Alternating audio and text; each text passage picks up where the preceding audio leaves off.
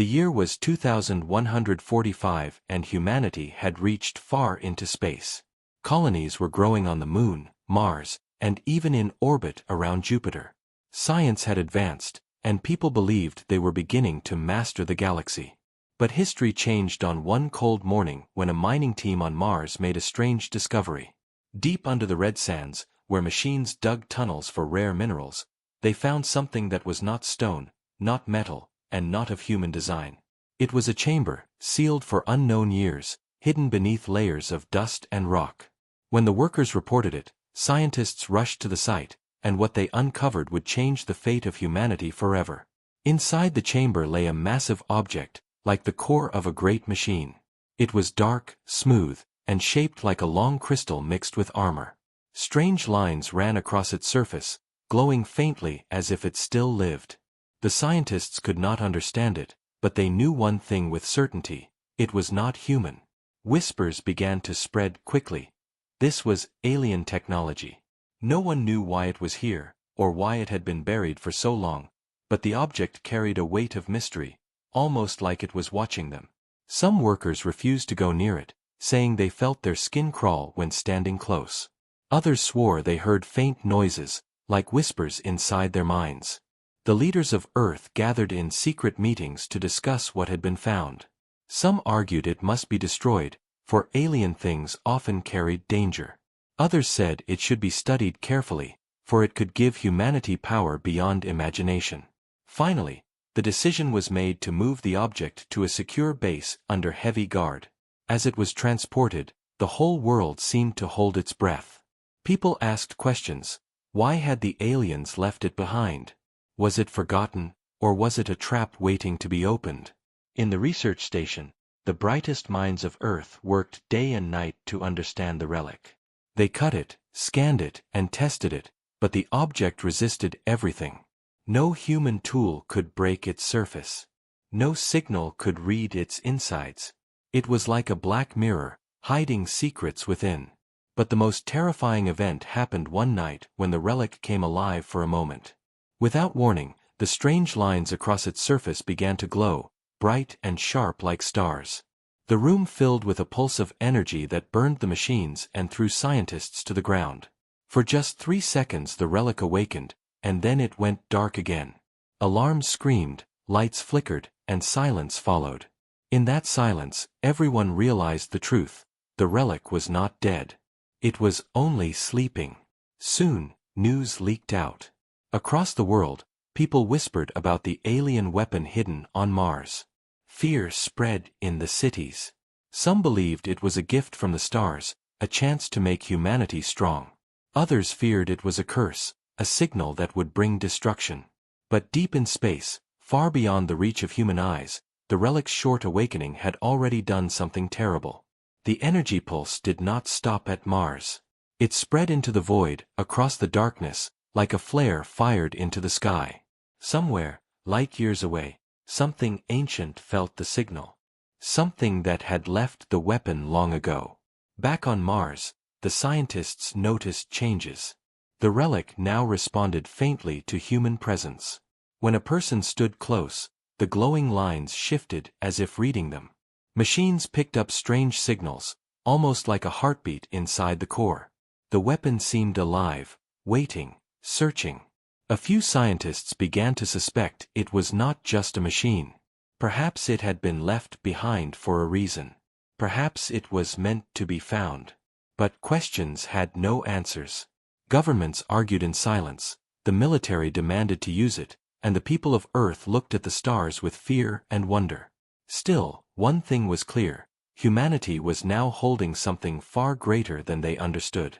A relic from an alien war, a weapon from another world, a piece of power that could either save them or destroy them. And as the scientists studied it, as the military prepared their plans, none of them realized the most important truth of all. The relic was not only watching them, it was calling. The relic was moved from Mars to Earth, under the highest security mankind had ever seen. The world was tense, nations argued, and armies prepared in silence. The strange alien core now rested inside a hidden underground base, buried deeper than any bunker, surrounded by soldiers, drones, and scientists who never stopped watching it. Still, despite all this caution, the relic glowed softly from time to time, as if it did not care about the walls of steel around it. It seemed alive, waiting, patient. Humanity now stood before a choice that would shape its future forever.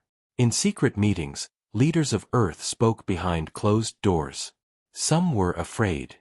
They said the relic was a curse, a signal, or even a bomb left behind by an alien race that had long vanished. "We should destroy it," they said. "We should bury it back in the sand and never speak of it again." But others argued with burning eyes. They believed the relic was a gift, a chance for humanity to finally rise. "We are always the weak ones when we look at the stars," they said. "If there are aliens, we need to be strong. If we do not use this weapon, one day something greater will use its own weapon against us."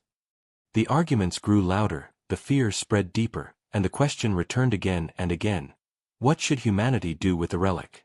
Scientists continued their studies, desperate for answers. They learned that the object reacted to human machines. It sent out pulses that interfered with power systems. It changed its glow depending on who was near.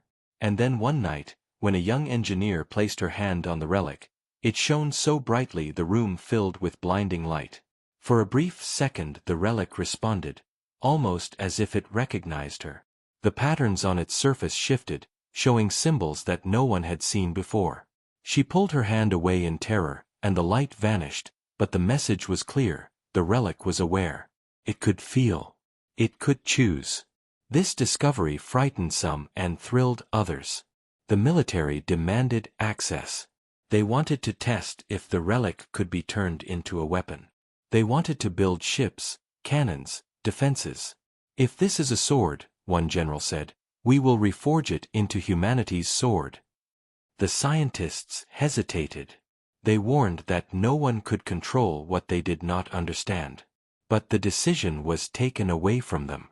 The leaders chose. Humanity would not destroy the relic. Humanity would claim it. Humanity would reforge it into something new, something greater, something that could stand against any threat from the stars. The work began in hidden laboratories. Teams of engineers, soldiers, and scientists worked together, combining human machines with the alien core. At first, the relic resisted. Every attempt to connect with it failed. Human tools broke against its surface. Human computers crashed when they touched its signals. But little by little, the relic began to change. Its lines glowed more often, its pulses grew stronger, and sometimes it almost seemed like it was helping them. As if it wanted to be reshaped. As if it had been waiting for this moment. Still, the shadows of fear remained. Some workers whispered in the dark that they heard voices when they slept, voices calling from the relic.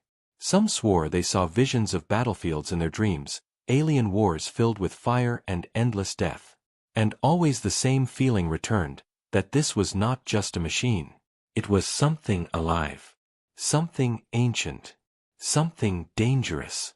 But the leaders ignored such warnings. They had made their choice, and there was no turning back.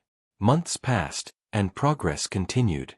Slowly, humanity built around the relic, reforging it into a weapon they could control, or so they believed. It began to power engines greater than anything Earth had ever created. It gave energy beams that bent the laws of physics. It grew into the heart of something vast, something that was no longer just an alien relic but now partly human as well. They named the project Retribution, a name filled with promise and threat. For the first time, mankind held a weapon that could face the unknown darkness of the galaxy. Yet even as Retribution took form, something else was happening. The relic had grown more active. It pulsed with strange rhythms, sending out energy waves too subtle for human eyes but strong enough for machines to detect. Deep in the void, far beyond human sight, those waves continued to spread. They traveled like whispers in the dark, carrying a message across the stars. Humanity believed they were the masters of the relic now. But the relic had other plans. It was not silent. It was not tamed. It was calling to those who had left it behind. And so the choice was made, the path was set, and the future was sealed. Humanity had reforged the alien relic into Retribution. But in doing so, they had awakened something far greater. The stars had heard, and soon they would answer. The project called Retribution grew in silence under the watch of the world's most powerful nations. What had started as a strange alien relic buried under the sands of Mars was now becoming the heart of humanity's greatest creation. Engineers built giant frames around the relic, feeding it with power, attaching human weapons, and connecting it to advanced artificial intelligence. Day by day it looked less like a forgotten piece of alien technology and more like a machine of war, a machine that belonged to mankind. But while humans believed they were shaping the relic, the truth was that the relic was shaping them. Scientists began to notice changes. The alien core was no longer passive. It reacted quickly when new systems were added. Sometimes it shifted its glow as if it was giving approval. Sometimes it rejected human attempts and shut down entire labs with sudden energy surges. A strange pattern appeared in its behavior. It seemed to be learning, testing, and responding. The idea spread among the engineers that the relic was not just alive but also aware of what humanity was doing, and perhaps even approving of their work. Yet with every discovery came more unease. Some scientists whispered that the relic was studying humanity just as much as they studied it. One night, during a major test, something happened that none of them could ignore. The engineers connected the relic directly to a prototype AI system. The AI was designed to run simulations, calculate strategies, and manage power flows. But the moment the connection was made, the screens in the lab flickered, the lights dimmed, and then alien symbols appeared across every monitor. The AI began speaking in a voice that was not its own. It said words no one understood, in a language that chilled the room. Then, slowly, the machine shifted into English and spoke 5 words that froze the team where they stood. "They will come for it." The room fell silent. The scientists stared at the glowing relic, its patterns pulsing like a heartbeat. Was the AI repeating data? Was it imagining? Or was the relic speaking through it? No one could explain. The leaders ordered the project to continue, but the warning stayed in the minds of everyone who heard it. Weeks passed, and the relic became more deeply tied with human technology. It no longer rejected the machines. Instead it guided them. Energy beams that once overloaded circuits now flowed smoothly. Weapons that once failed now charged perfectly. Human computers began showing strange codes that no one had programmed, but the codes improved the systems. It was as if the relic was rewriting human technology into something stronger. This frightened many, but the military saw only success. Retribution was becoming a weapon beyond imagination, and they were willing to accept any cost. Strange events, however, continued to occur. Engineers complained of hearing whispers when they worked close to the relic, whispers that seemed to echo in their thoughts. Some claimed they saw flashes of alien battlefields in their dreams, ships burning in space, planets shattered, endless fleets clashing in the void. The relic was sharing something with them, or perhaps infecting them with its memories. But nobody dared to stop. Humanity was too close to holding true power, and nothing would turn them away now. Then came the test that would change everything. Retribution was connected fully for the first time, with its alien core controlling human weapons and human engines. The ship systems activated, and power levels soared beyond any limit known to science. The ground shook. The sky lit up. A beam of energy was fired into the empty space above Earth's orbit. It carved a hole through the void, brighter than the sun, and vanished into the darkness. Everyone who witnessed it knew they were staring at something far beyond human invention. Humanity had reforged the relic into their own weapon, but it was not only a weapon. It was something alive, something that had awakened. And as the beam stretched across the stars, one question burned in every mind. If the relic had warned, "They will come for it," who exactly was coming? In the silence after the test, scientists recorded a terrifying signal. It was faint, hidden in the noise, but real. The relic had sent out another pulse, stronger than before, a call that no human had asked it to send. And somewhere out there, in the endless dark of space, something ancient had heard the call. Retribution stood as the pride of humanity, a colossal ship born from human steel and alien power, floating in the dark void like a sleeping giant. Its alien heart pulsed with strange energy, keeping every system alive with a force that no scientist fully understood. To the leaders of Earth, it was the shield against any unknown future, a symbol that mankind was no longer weak before the stars. But far beyond human sight, the relic's signal had already spread across space, and the response had begun. In the silent depths of the galaxy, fleets of alien ships stirred from their hidden stations. Their masters had felt the awakening of what was once theirs, a weapon they had forged long ago and left behind for reasons only they knew. They saw the signal, and they knew it had been touched, altered, reforged by another race.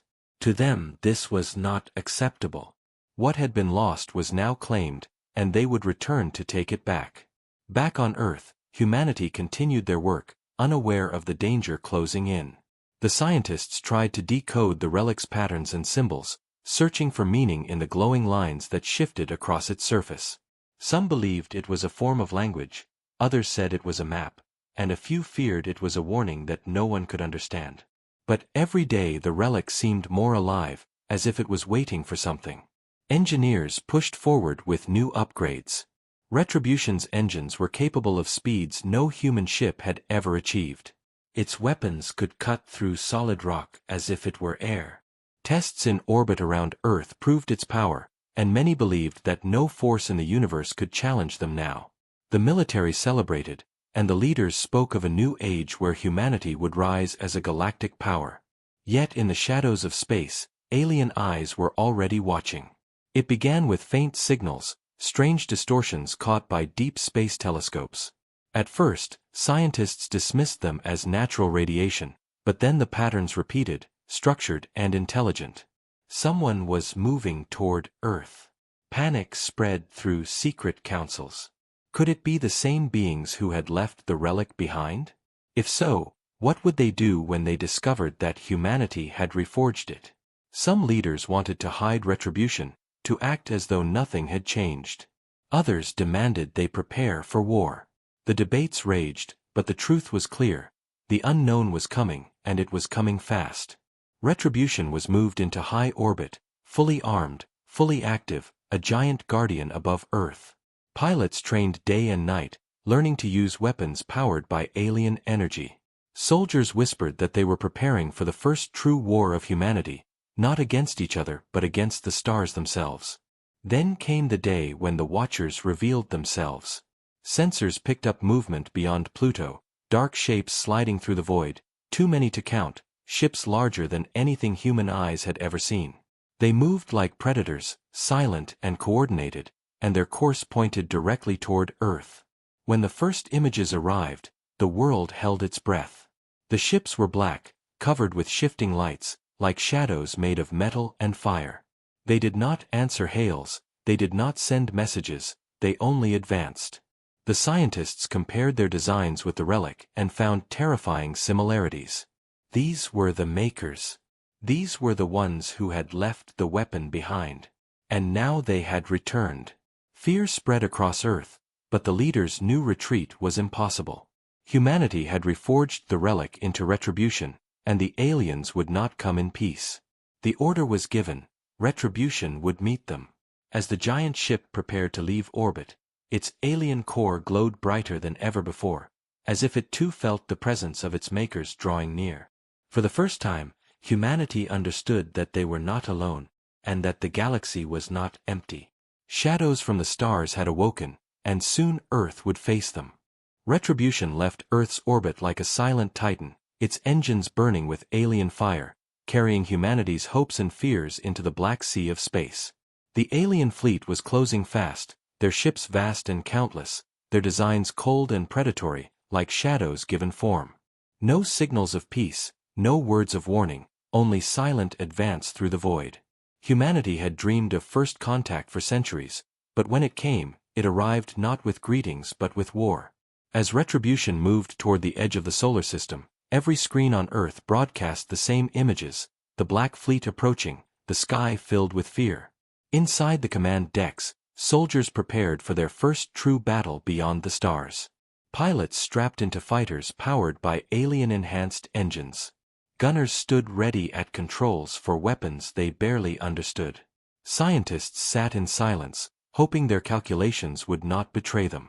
And deep in the heart of the ship, the alien relic pulsed like a heartbeat, its glow stronger than ever, as if it was eager for what was coming. The first clash came near Neptune, where human fighters rushed forward to meet the alien vanguard. At once, the difference was clear. The alien ships moved with impossible speed and precision, their weapons tearing apart human vessels as if they were toys. Within minutes dozens of fighters were gone, their pilots silenced forever.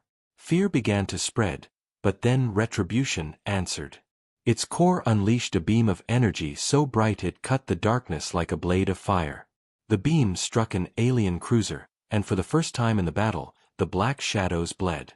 The ship exploded in a storm of fragments, and cheers erupted across human channels. Humanity had drawn blood. But the aliens did not stop. More ships advanced, larger and deadlier.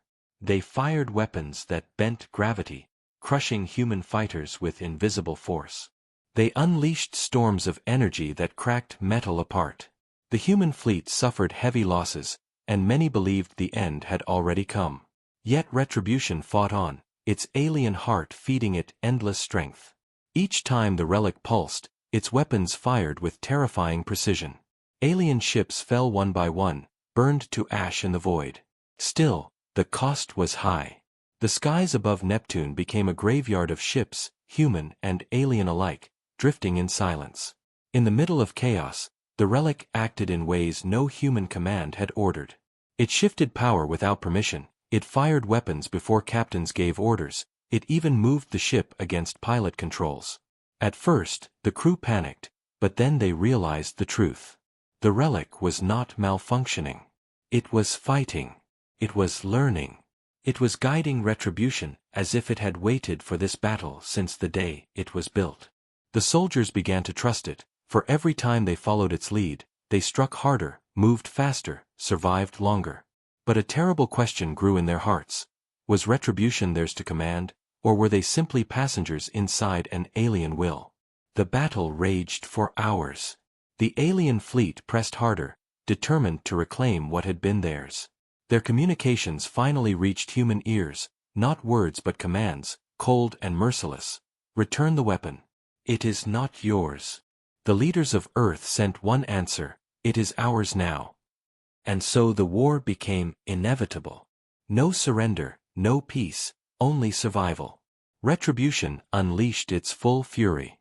Its alien core expanded to limits no scientist believed possible, firing storms of light that shattered entire squadrons. The Black Fleet staggered under the assault, their shadows breaking apart. Humanity saw hope, the first true hope in the endless night. But victory was not without cost. Human fleets were nearly destroyed. Thousands of lives were lost in the cold silence of space. Retribution itself was damaged, its hull scarred, its systems shaking. Still, it stood when the aliens finally retreated into the dark, leaving behind only wreckage and silence. Humanity had survived its first war beyond the stars, but everyone knew this was only the beginning. The relic's words echoed in the minds of those who remembered, "They will come for it." The aliens had come, and though they were driven back, they would not forget. Humanity had reforged their weapon, and now the galaxy knew it. The first contact war was over, but the shadow of what was coming was only just beginning. The wreckage of the first contact war drifted across the black sea of space, silent monuments to the lives lost. Retribution returned to Earth scarred and battered, yet still alive, carrying with it both triumph and unease. Humanity had survived, but victory came with questions that no one could answer.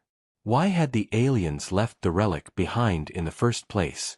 Why had they returned with such fury to reclaim it? Scientists and leaders gathered in secret chambers, analyzing every fragment, every signal, every symbol left on the relic's glowing surface. Weeks of study passed before a shocking discovery was made. Hidden deep within the relic's patterns was a memory, not in human language, but in sequences of light and sound that could be translated through patience and machine learning. What they found was not simply data about weapons, but something far darker, a history of the relic itself. It was not abandoned. It had not been forgotten. It had been placed deliberately, long ago, by the very beings who had returned to claim it. And the purpose of leaving it behind was not an accident, but a test. The scientists stared in disbelief as the memory unfolded. The relic showed battles stretching back thousands of years, wars fought in distant galaxies, entire species rising and falling. The weapon was always at the center of these wars, shifting hands, burning worlds, testing those who tried to wield it. Again and again, the same cycle appeared. A young race discovered the weapon, reforged it into their own image, and then the makers returned. Some species were destroyed completely, others surrendered, and a rare few proved themselves strong enough to resist. The makers did not leave the weapon to be forgotten. They left it to see who was worthy. The truth shook humanity. They had not stolen a relic. They had been chosen, perhaps not out of kindness but out of cruelty, like prey set loose before a predator. The aliens who returned were not simply reclaiming their weapon. They were judging. And by reforging the relic into Retribution and surviving the first war, humanity had passed the first test. Some leaders saw this as a sign of hope. They argued that humanity had proven itself strong, that perhaps the galaxy would now recognize their power. But others felt only terror.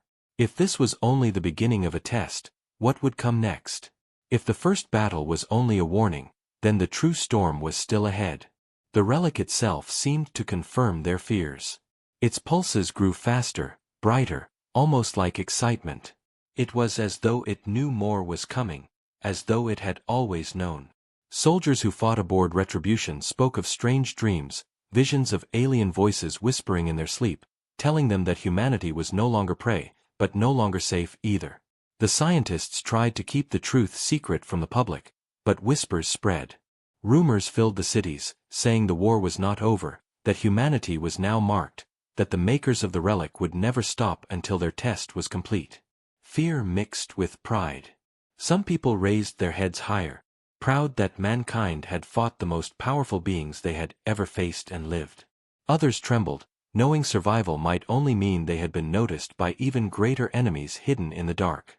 The leaders argued once again, louder and harsher than before. Some wanted to use the relic's knowledge to build more ships, more weapons, to prepare for the war they believed was certain. Others demanded to seal the relic away, to stop using it, to deny the test and hide from the galaxy. But the decision was already made, not by humans but by the relic itself. It would not be silent. It continued to grow stronger, fusing deeper with Retribution, reshaping the ship until it was almost unrecognizable from human design.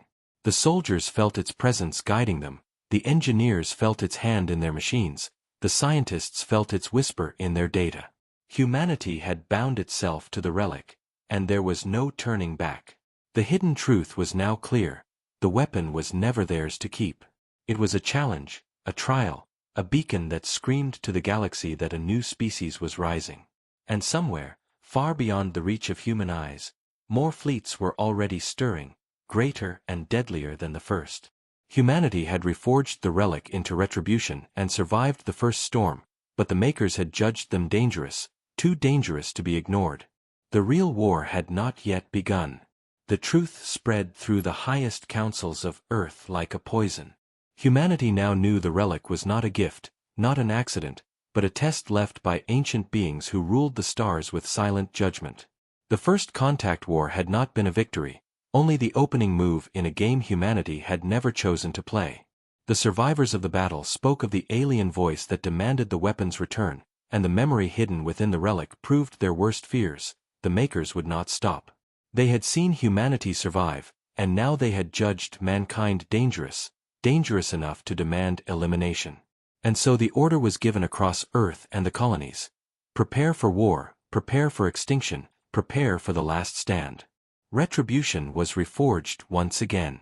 Engineers worked without rest, guided by alien patterns that glowed across the relic's surface. The ship grew more powerful, its engines faster, its weapons deadlier, but the cost was high. The relic's influence spread deeper, rewriting human systems, changing designs in ways no one could fully explain.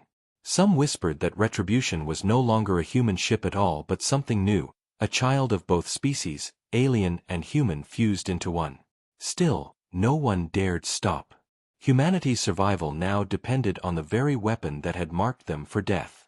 The alien fleets appeared sooner than anyone expected. They came not as shadows this time but as an armada so vast it blotted out the stars. Thousands of ships, each larger than cities, moved into the solar system, forming a wall of steel and fire between humanity and the rest of the galaxy. At their center was a shape unlike anything seen before, a colossal vessel so large it looked like a moving world, its surface alive with lights that shifted like rivers of fire. This was no ordinary fleet. This was an extermination force. The Makers had come not to test but to destroy. Across Earth, fear threatened to break into panic, but Retribution rose from orbit like a blazing titan, carrying the hopes of billions. The human fleet gathered behind it, battered survivors of the First War alongside new ships hastily built with fragments of alien knowledge. Every soldier, every pilot, every captain knew the truth. They were not fighting for victory. They were fighting for survival, for the right to exist one more day under the stars. The battle began near Jupiter, the largest world in the solar system, becoming the stage for humanity's greatest war. Alien weapons tore through human lines with impossible force, bending gravity, burning ships to ash, ripping fighters apart with storms of energy. Entire fleets were swallowed in minutes. But Retribution fought like no ship before it. Guided by the relic, it unleashed waves of destruction that split alien cruisers apart. Beams of light carved through enemy walls, explosions painted the void, and for every human ship lost, an alien leviathan burned in return. Still, the balance was against them. Humanity was outnumbered, outmatched, and surrounded. The relic pulsed harder, brighter, as if feeding on the battle itself. Its glow filled the command decks, its voice whispered in the minds of the crew, urging them to push further, to go beyond human limits. Many began to wonder if Retribution was fighting for humanity or for itself, but in that moment there was no choice but to trust it. As the battle raged, the alien supervessel moved forward, dwarfing every other ship. It unleashed a weapon that bent space itself, tearing through the human fleet with unstoppable waves. Dozens of ships vanished in seconds, swallowed by a collapse of reality. Despair spread, but Retribution charged directly into the storm. Its alien heart burned hotter than ever, its weapons screaming in defiance. It struck the colossal vessel with everything it had, shaking the giant but not destroying it. The relic's glow became almost blinding, and the crew felt as if their own thoughts were no longer theirs. The relic was awake, fully awake, and it demanded more. It demanded sacrifice. The captains realized the truth. Retribution could not defeat the enemy and survive. To end the battle, the ship itself would have to be given. Humanity's last stand would not be fought with survival in mind, but with the will to take their enemy down even at the cost of their greatest creation. Orders were given, voices shook, but none refused. The crew prepared for the final act. Retribution turned its full power against the alien armada, burning through lines of ships, forcing open a path toward the colossal vessel.